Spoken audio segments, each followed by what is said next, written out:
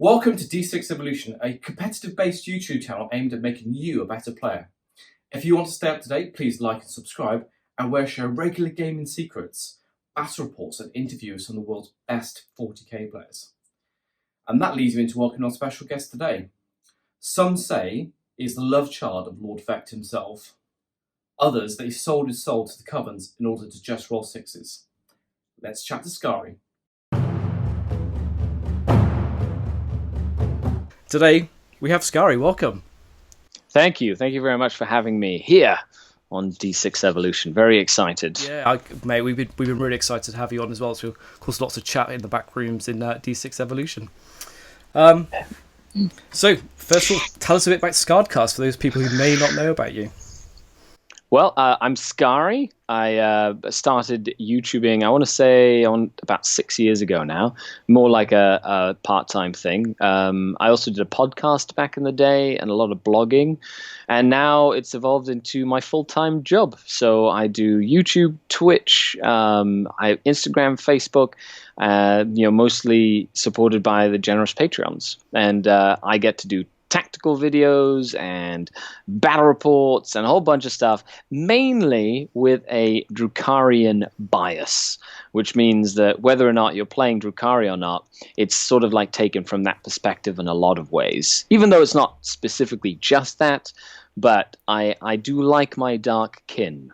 Yeah, you and me both. In fact, you inspired me to really back into Drukari, actually. Probably about 6 years ago, so you're welcome. Yeah, bit of a fanboy mode going here. I'm just going to enjoy this one. It's fine. I'll live with it.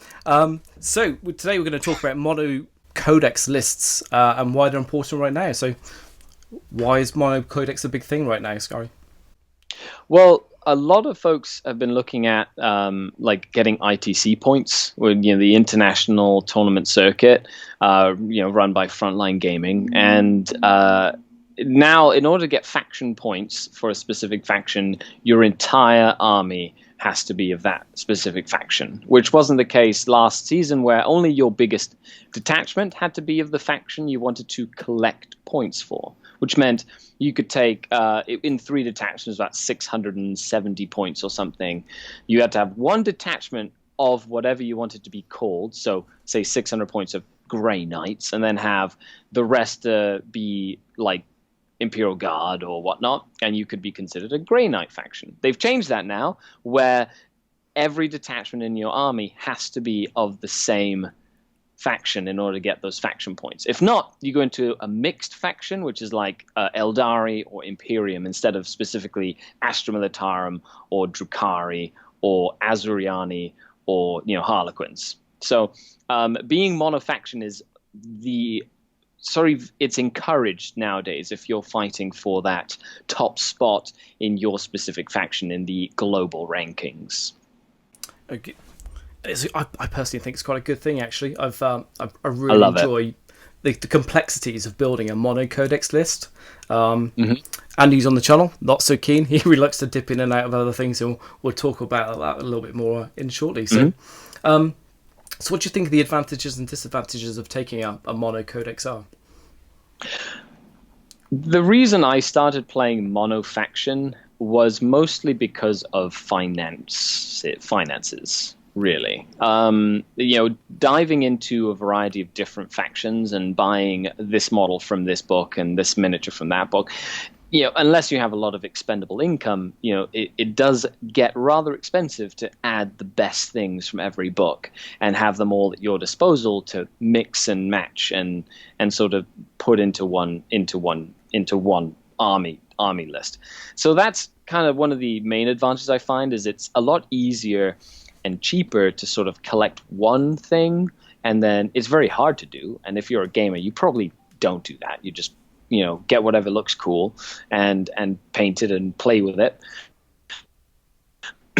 However, monofaction gives you that aspect. And secondly, it's a lot easier to learn your rules well if you're playing one faction instead of having to learn rules from 3 different codexes or books and how they interact together. It's a lot easier to sort of focus on one thing and learn how to do that very well, except instead of like half well. Yeah, I think that's a really good point, actually, and that's kind of the reasons I kind of got into playing mono-faction as well, was just minimising the number of units I had to get used to playing, and I'm not a very quick learner, so having few units I could learn well and learn to play well as well, I found that a really good challenge. So what sort of things do you think are required to make a good mono-faction codex list?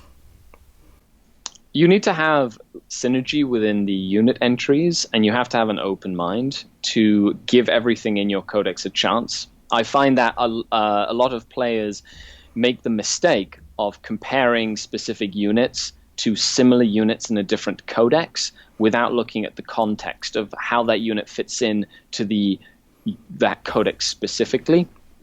And I feel that as a mono-faction player, you have to be willing to test the different units in your books, in your specific codex, and sort of try out different combinations to get the most out of rules interactions, as well as redundancies within anti-tank, anti-infantry, objective holding, speed, and durability, which are all different elements that you want to try and fit in as best you can within that mono-faction.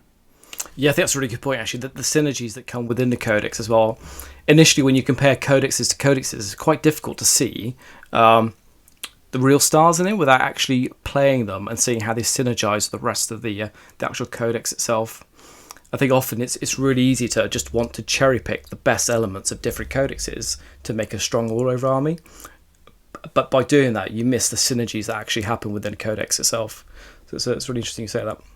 Yeah, exactly, and it's a combination of nowadays. And I always like taking Drukhari as like the example because that's the codex I know probably the best. But you're looking at, how different warlord traits interact with different units, how different obsessions interact with different units, how different detachments can be put together in unison to sort of work together for something, and that's pretty cool. Like when you look at, I didn't think of using this warlord trait in conjunction with this unit or this piece of war gear or this relic, and then doing a small change like that can change the dynamic of the unit options that you have in your book, and it can be the depth that you can go into is quite mesmerizing. There's a plethora of different things that you can kind of mix together to get a completely different result than if you just say copy pasted a list, for example.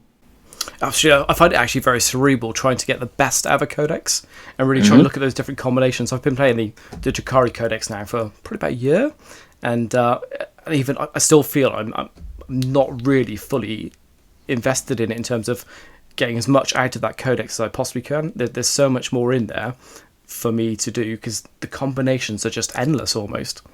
Yeah, especially with the Drukhari Codex, you're running 3 completely different codexes almost in that book. You've got the Witches, you've got the Coven, you've got the Cabal. And within the 3 sort of subtypes, there's all the mini subtypes with each obsession making you play each faction within the Drukhari faction completely differently. If you're going Flayed Skull and going for like a bunch of Venoms, or you're going for, Black Heart and going for like toughness and durability and Ravagers and Razor Wings, or you're going for Prophets of Flesh with like the Talos and the Grotesques that are just very durable, or you're going for Witches and even Witches, you're going for Speed with the Cult of the Red Grief, or you're going for Cursed Blade and using large blobs of like durable, strong Witches, or you're going for like small elite strike teams of Cult of Strife with Lilith and just, overwhelming your opponent with like lots and lots of dice to roll at them. So, there's just so many different synergies, and you're right. It's hard to kind of pin down because there's so much stuff. The hardest part is picking something and sticking to it because you want to do everything that you have available to you. Yeah. And I find that's a big challenge for me because I own every model in the Drukhari collection. I've played with every unit in the Drukhari book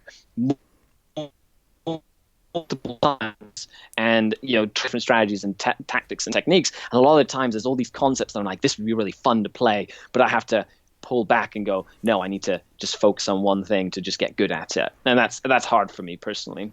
Yeah, I very much have the same problem. I think this brings me on to the next thing really, is actually where you start from in terms of building your list and what building blocks you use. Personally, I start with like a theme that I want to run with an army, and that kind of the inspiration comes out from the sub faction within the codex that I go for. Where do you start from, or what sort of building blocks do you look for in an army when you're building one? So there are a few different ways to play with the Drukhari. So what I did when I started was looking at the book. I was like, wow, this is cool, this is cool, this is cool. I wanted to do everything. So what I did was I took everything. I built a lot of lists starting out with the Drukhari that were me taking one of every unit in the book. And taking one Archon and Drazar and one Succubus and Lilith and a Homunculus and this and that, and just taking one of every unit and eventually playing games with it and going, okay, I liked this unit with this, and then taking a second one of this by taking one unit out, and just kind of doing a long trial and error process where I ended up with the list that I ended up taking to the ETC, and then that won me a lot of events. But that was a process of like taking things and figuring out what they were good at in game, and then just taking more of the stuff that I liked in terms of resiliency or shooting or maneuverability as well. Yeah, I think that's another interesting point, actually, taking things that are good in game and things that you like at the same time. I think that's a really important thing that lots of gamers sort of pass by, actually, is that it's important that you enjoy the army list that you're playing as well. Well, 100%. And I find that one of the easiest ways for you as a gamer to get good at a specific faction is go say you want to play Astra Militarum, go and find Brandon Grant's list right now, which is out in the meta, and it's a list that is 3 battalion detachments, lots of infantry. He's got maneuverability with chimeras, he's got Bulgarin in there for some survivability, and kind of use that list as a sort of framework. What you've allowed is you've taken a net list that a much better player than probably yourself has developed, right? And the onus is on you to take elements from that you don't like out and put in and fit in things that you enjoy. Once you've taken a list that is decent, that can do well, and then made it your own, that is when a list becomes truly dangerous in the hands of just even a player that plays like an average player. Because if you have the elements that do well, but you've mixed in elements that how they work and that you're comfortable with and that suit your own play style, then you'll be able to squeeze the life juices out of that list most effectively. Yeah, I think that brings me to a point I say to my friends quite a lot when they're coming up with lists. And I was like, a good list played well is better than a great list played poorly. And I think 100%. And that only comes down from actually practicing and knowing your list and having a list that suits your playstyle. Yep. You can take Sean Naden's list, for example, where he took a variety of characters, some Harlequins, blobs of witches, like a Drukhari battalion, and everybody would look at that list and go, how in the hell does this list play? That is a good list, but it requires the technical expertise to play with the intricacies of the fight phase and trapping and using the nets effectively and deep striking and zoning out the board and target priority, which is stuff that you would only get with in knowing the game intimately, but also applying those strategies over and over and practicing them. Yeah, and I think that's probably one of those lists that really does separate the really good players who understand the complexities of each of those elements of their lists. And I think picking up an army like that and just playing it doesn't play too well unless you really, really understand that. Yeah. Exactly. So just thinking about the actual list concept itself, when you build your list, do you build in chaff units? Do you have like a backfield sort of firepower lists? Do you have bully units, buff characters? What sort of things are you thinking about when you're actually constructing the elements of your list? So when you're building a list, you have to understand the main difference between strategy and tactics, right? So strategy is like an overarching meta sort of like style of list you're building, and tactics are how you're using the elements in game to achieve objectives or to achieve a purpose, right? So when I'm looking at building a list, I'll normally look at the general strategy of the list first. Am I going to be building a multiple small unit style list? Am I be building a very aggressive high pressure list? Am I going to be using a list that is designed for passive play? Am I using a list that's designed for active play? Am I using a list that's designed to be reactive to my opponent? Or am I using a list that's designed to be proactive and force my opponent to make choices?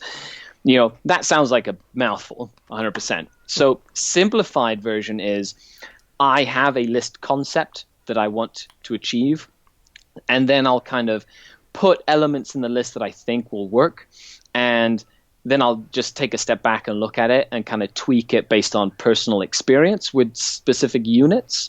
You know, and now that the codex that I've been playing with, there's elements in the codex that I will sort of put into every list and then sort of build the rest of the army around that core. And I want to say right now, my main core is my Blackheart Archon and 3 Triple Disintegrator Ravagers.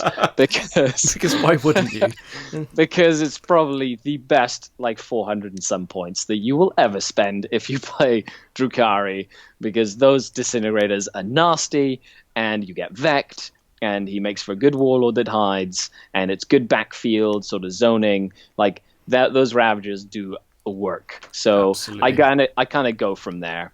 And kind of build my list around not necessarily supporting that element, but knowing that element is in my army then allows me to branch out into a variety of different things, whether it's witch cults in hordes or coven, you know, grotesques and talos and Rax, or whether it's venom spam and I'm running like 12 venoms down at you, you know, regardless of, you know, depending on what I want to do. So yeah, absolutely. I think it's really useful to have like a core element to your army that you use time and time again, and then branch out in other ways. I think one of the dangers that I found though is when I've gone to these sort of lists is spamming what I think is the best units in there and having almost a very mono build within the list. Do you think there are many dangers of running that sort of list? So there's a difference between spamming and redundancy.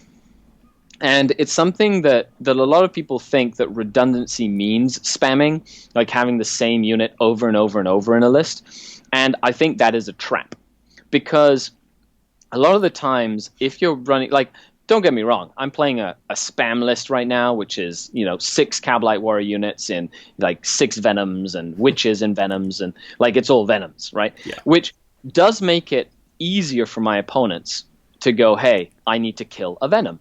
You know, there's lots of Venoms. Okay, great. So it's not about what I need to kill. It's which one do I need to kill that makes the most sense. So it makes it easy for your opponent to sort of do that target priority and things like that. Whereas if you built a list that had a lot of redundancy built in, so say I have a Venom with double cannons, and then I had a unit of Cabalite Trueborn with double Splinter cannons, same point cost, same like resiliency almost, same sort of damage output, less speed. But now it's a unit, 2 different units that are different that do pretty much the same sort of job in terms of firepower, right? And now you as your opponent, do you shoot a Venom? Do you shoot the Trueborn? Because they do the same thing. It's the same with like blasters and anti-tank. You know, you could look at Scourge and be like, hey, they're going to be my anti-tank, and they have haywires. Or you could do something like Mandrakes that have they have mortal wounds when they shoot, and they do well in close combat. You know, so that's like a double threat unit. You know, and that's the difference between just spamming something over and over and having built-in redundancy that's not immediately apparent. A good player will know where the redundancy is, and somebody who's playing against them won't necessarily understand why the different units are in the list. So it's harder to play than a spam list, but overall it's beneficial in the long run when you're playing against people who know what the spammed units do and how to counter them in a meta game, like a matchup game.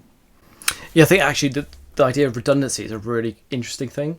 I generally try and have lots of redundancy in my lists. And what do I mean by redundancy? I mean that, you know, if that one thing gets taken out, I've got an opportunity for another unit to take on that role. But I have to think about what sort of roles I want it to have redundancy against. So what sort of units do you sort of plan to have redundancy against in terms of knights and Law 32, etc.? Is there anything that you really plan against when constructing those sort of redundancies? Now, the biggest thing that I actually take a look at, like, meta-analysis in terms of planning for gatekeeper lists and things like that. Like, that sort of thing is something that I normally put more on the back burner when developing a list. Okay. You know, it's not one of the most immediate things I think about. The first thing I think about is, am I building a list that suits my own play style personally? You know, if I'm a very aggressive player, am I playing a list that suits my play style? If I'm a very defensive player, am I playing a list personally that suits my play style? The whole matchup thing and learning how to play against different matchups will be harder or easier based on your unit composition, right? If you've got a million blasters or lances or whatever, it might be a lot easier for you to take out a knight or a vehicle-heavy army, right? But then you go against a horde and you'll have a harder time against, like, you know, 120 orc boys or, you know, 120 plague bearers, right? So, you know, I prefer having a list that's balanced against most things, that has a little bit of redundancy here or there. But how I plan to defeat the enemy itself isn't necessarily in having, like, oh, I'm going to make sure that I have this piece of tech just in case I face this one thing. It's more about how to use the elements I have at my disposal in conjunction with the mission I'm playing in order to win the mission, not necessarily try and beat the opponent I'm playing or the list I'm playing against. Because the missions are normally consistent. You kind of know what you're going to be up against in terms of mission. And if you've played your list enough, it doesn't the composition of your list isn't as important as playing to the mission itself and understanding what you're strong at and what you're not strong at, so you can use that in-game when you're playing tactically. Absolutely. If that makes sense. Yeah, that's absolutely. that was a very broad statement there. No, it's very useful, actually. I think the one thing I really take out of that is building for a mission, and I think that is to understand what missions you can be playing at. If you're playing a tournament, whether you're playing a local gaming club, of building a list that can play that mission and not see yourself into a corner where you can't compete on the mission and not necessarily against the actual opposition on the other side offensively. 100%. You know, now, tactically, of course, if you're playing against certain matchups, like the Knight matchup with the Loyal 32, playing with, like, specific lists I play, I know how I approach that game specifically. Does that make sense? Like, I know, you know, what I want to deploy or how I want to deploy or what my target priority is. You know, that comes from experience and from, you know, troubleshooting. However, it doesn't affect how I built my list in the first place, if that makes any sense. Yeah, absolutely. Yeah, it's what you're talking about there, I guess, is learning to play your army and know its strengths and weaknesses and use that in the mission that you're faced with the opponent you're faced with at the time. You know, and I have one more example with that, because currently the list I'm playing is very anti-infantry. You know, I've designed a list that's designed more for, like, the ITC format that has a little bit is more different than, like, my ETC format list that I'm developing for the ETC, which is, you know, ETC lists are a lot more skewed. You know, we can talk about that later because they have, like, a lot of, like, you can pair them up with specific matchups that they're built for, right? But in ITC, you're playing one-on-one. And my list doesn't necessarily look like it has a lot of anti-tank first off. Like, you don't go, oh, look, there's a blaster in every Cabalite warrior unit. I use shredders in every single unit, right? And that doesn't jump out as an anti-tank option. However, I do have a couple of blasters on my Archons. I have a Phantasm grenade launcher for mortal wounds. I have the ability to throw haywire grenades for more mortal wounds. If I really needed to, I could use the Animus Vitae for some more mortal wounds once a game, you know, and all of a sudden I have the ability to do quite a bit of damage to a knight in a specific turn, or a big tank if I needed to, which wouldn't just pop out at you off the page because I don't have blasters everywhere. But I know that using little elements together in unison and targeting and using, like, a defeat in detail style, that's a military term, by the way, a defeat in detail style, like, tactics, which I really like using with the Dark Eldar. You know, I take out one element of the army at a time and then systematically break apart battle plan. Yeah, absolutely. I think, in fact, you went skew a little bit there. I think you're coming back. Oh, there you are. Yeah, I think. Hey, welcome back. I think, and that's kind of one of the things I really enjoy about the Drakari and list building on the whole, is really trying to find out what the strengths and weaknesses are of each individual component of the army, and really thinking about when I can use those elements against different threats that come up. I think that's a really important part of and skill of being a competitive player, actually, of knowing really how you can rinse every bit of power about that list. Yeah, exactly. And the thing about us competitive players is we're all obsessed with the game, but we're a little obsessed. Like we think about it all the time. and you kind of have to have a bit of an obsession to really sort of focus on anything in life, like a professional carpenter will know, like, a master carpenter will kind of almost speak to wood, be like, how am I going to turn you into this beautiful thing? And they understand how even the grain of the wood works and how it's going to go together well and where to carve it properly and all that stuff. Whereas we go, what unit do I want to use and how do I strategize it to use it with this piece of war gear? And, and it's just a different, like, we kind of make art and we make music together on the table where it's like, and it's the pain and agonizing cries of the enemy. Well, you hope so, not you. Yep. Yeah, I think there are pretty many people watching this can understand that their entire day is pretty much focused around list building and thinking about different dynamics between things. I don't think Andy and I go a day without speaking at least twice on the phone, and pretty much all day over text messaging. So it's the want of a serious gamer, I guess. It comes with the territory. It does. So just thinking, you touched then on the ITC and ETC differences. How does that alter your actual list build when you come to build that? So when you're building a list for the ETC, you can build like a very sort of generic list that can deal with a variety of different opponents, or you can build very skewed lists that are designed to go and kill hordes, lists that are designed to go and kill tanks, lists that are designed to kill flyers, lists that are designed to kill or to not die, like plague bearers, for example. And in the ETC, you have a pairing and matchup system where you can sort of figure out what armies are going to play against each armies, and you can avoid the worst matchups. So if I built a list that was all Venoms and all Shredders, or if I built a list that was, all Dark Lances and all Blasters, and then I definitely wouldn't want to play against a horde of 160 orc boys if I had all Dark Lances. Absolutely. Right? And I definitely wouldn't want to play against, 4 Knight Gallants or something if I had all Shredders, right? So during that list build, during that, like, tactics, I could be like, I could avoid the worst matchups for that skewed anti-infantry list and hope for an army that I will just crush. Like if I go against 160 orc boys and I have all Shredders and 14 Venoms or whatever, like it's likely that I will just destroy them because my list is designed to kill a horde of guys, right?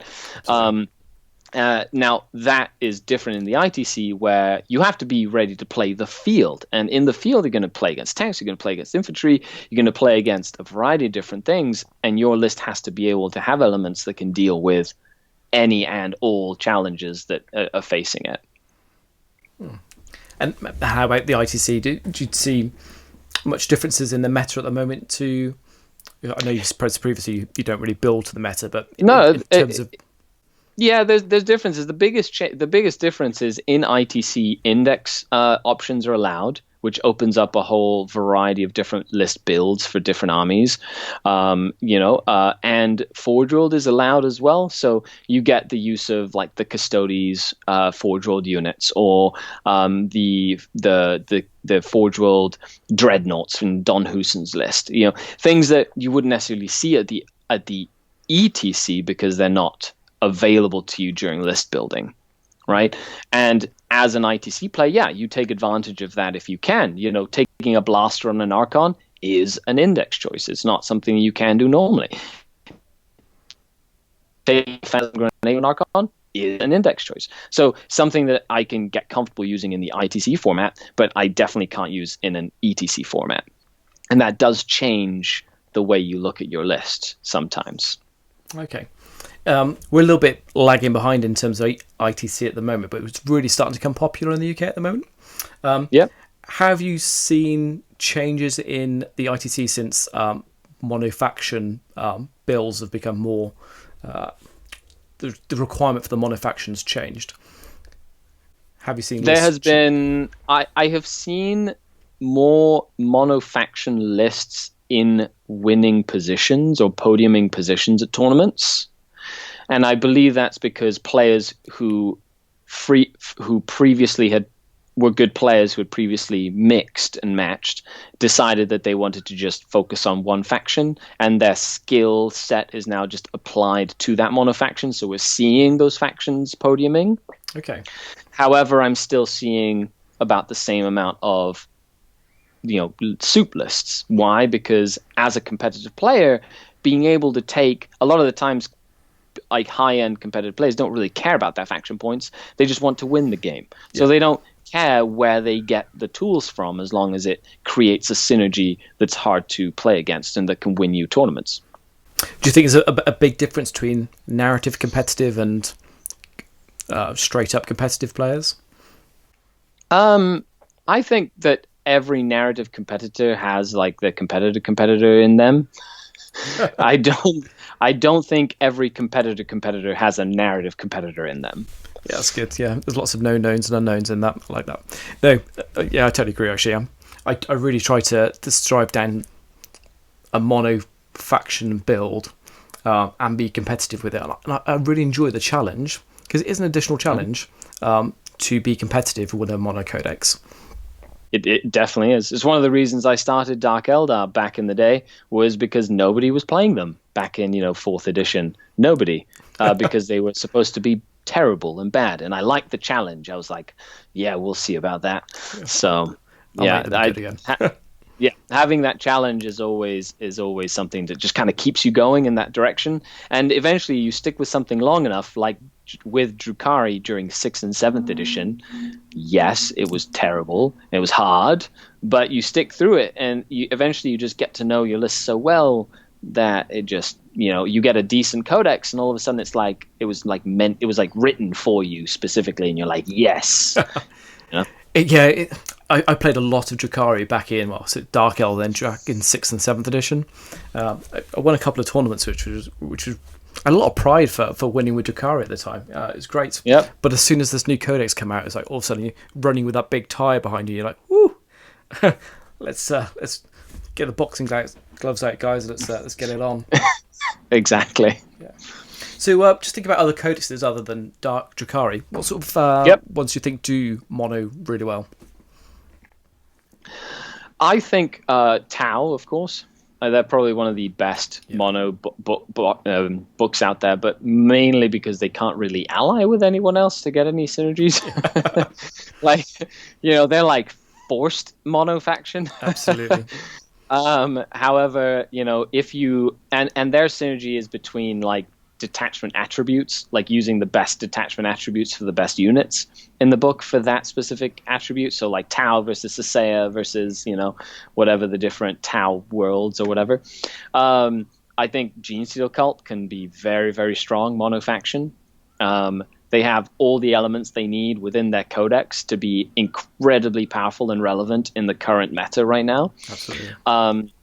I also feel that demons can be very monofaction, even without mixing in all the Thousand Suns and the Death Guard that we see a lot of people. If you just wanted to run monofaction demons, I feel especially with some of the summoning synergies that you could do, I think that'd be really cool to see. And I feel that they could hold their own in shooting, combat, board control, everything. And I want to say orcs do very well monofaction as well. Not that they can ally with anyone else either, but there's some really top level monofaction orc builds that you can build too.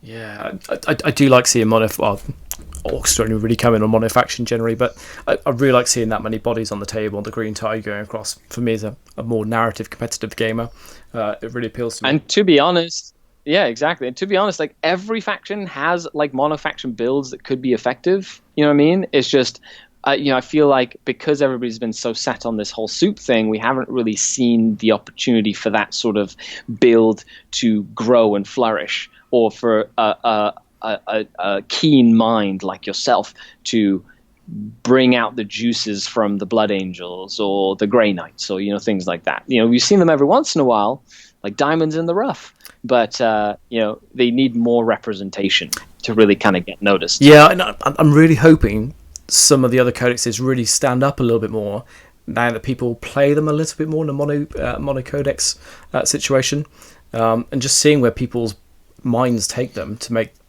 any codex good, pretty much.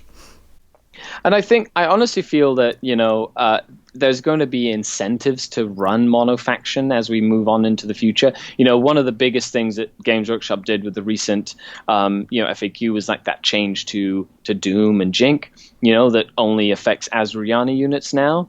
And I feel that sort of precedent is big, because being in a world where we like mixing things, it's more and more being like, if you're going to mix, then you're not really going to take advantage of all the good stuff. You're going to have to kind of focus on only the stuff that can take advantage of it. And that should help kind of not like punish you for taking a monofaction, but incentivize you to take a monofaction, if that makes sense. Yeah, absolutely. It's one of the things I've been hoping for as GW go along through the progression of improving the game, is to incentivize, not to punish suit players, but incentivize mono-codex and taking on that challenge. That's the thing I'd like to see, maybe additional command points or something for going mono-codex. It'd be really nice to see that.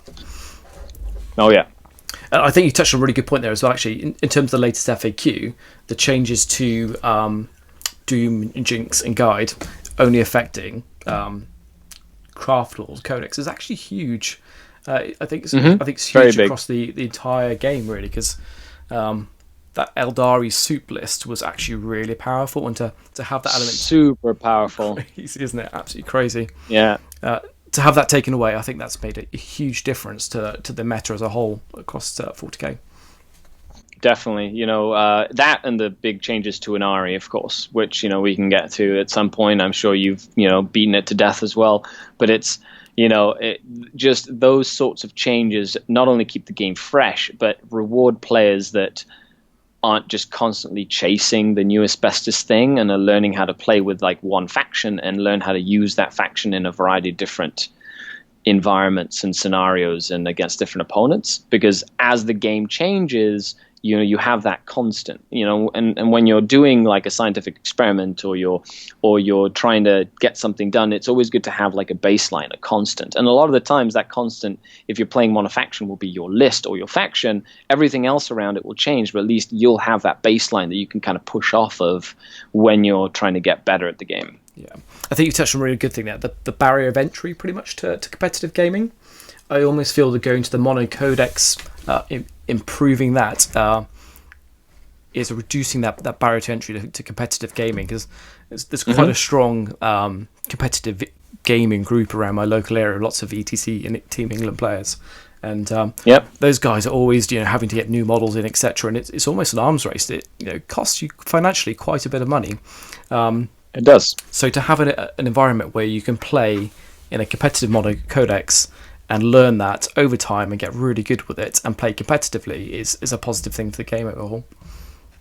I think so too. So is there any top tips that you'd like to pretty much finish up on in terms of what you think would make, if you had to give like 2 or 3 real key things to build a really competitive list, what would they be? Number 1, don't believe everything you hear about every unit, especially if it's negative.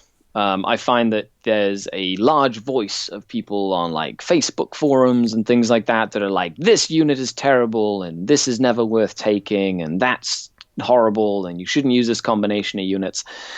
Yes, there's some validity to a lot of the things in certain contexts, but if you are trying to build a list that you want to be comfortable with that's monofaction, you have to make your own judgment based on your like play style, because I might not use Hellions all the time, but you might think Hellions are the bestest, most broken unit ever, and then how you use them in your games might be getting you amazing results, right? For the longest time, Mandrakes were the most terrible unit to take. However, I had huge success taking Mandrakes in like every game that I would play back in like 6th and 7th edition. So there's, you have to be willing to take the risk and not just take everything at face value. And the second thing is you need grit and stick-ativity. If you want to start with something and stick to it, kind of like put your head down and ask for help. Reach out to people like Wes here at the D6 Evolution, or reach out to me on Skaredcast, or there's lots of different platforms that you can reach out to people who are showing you what you can do with specific factions or books or units. And don't be afraid to shoot them a line. Like, network. Get out there, ask questions, and then put that into practice. But talk with people who know what they're doing, not just necessarily just the naysayers out there on the internet. And as for grit, you're going to lose some games. You're going to lose games. You're going to win games. It's a process. It's not a sprint. It is a marathon. So when you're building a list and you're trying to develop it, the worst mistake you can make is play the list one time, switch the list. Then play the list again, completely different. Then switch it again. Then play it one more time and switch it again. I'm a proponent of playing at least 20 games with a specific list, making tweaks, small tweaks, one unit here or models from a unit here or war gear here and there, every 4 to 5 games. Don't just jump the gun and make big changes, because you will constantly be resetting that baseline every single time, and there will be no opportunity for growth, no matter how progressive it is. So with that, take those elements, put them into practice, and it's not easy, but it's worth it at the end of the day when you feel comfortable with the list that you're playing, with the faction that you're playing, and once you know your stuff, then the next step happens, which is learning all the stuff other armies can do, and then learning how yours interacts with theirs. And it's a process. Absolutely. I really love your final point then, and I think that's probably the trap of a new player, is not expecting to lose. Generally, I expect to lose my first 5 or 6 games with a list. If I win the odd one, it's probably more by luck than judgment. And I really enjoyed back here a couple of years ago. I remember you doing a series where you played the same list for, I think it was like 30 games. And I think that's the 20 game, the series, the Path to Perfection series. One, I've done it with Harlequins, I've done it with Dark Eldar, I've done it with Tomb Kings back in the day. It's really fun. That's really great advice. Thank you very much, Skari. Absolutely. Thanks for coming on today. I think I've got a lot of it, and I'm sure the listeners have too. And if you've not been onto Skaredcast, like wherever you've been in the 40k universe, go on over there, take a look, and like and subscribe if you'd like to see more. Thanks again, Skari. No problem. Thanks a lot, Wes. Thanks.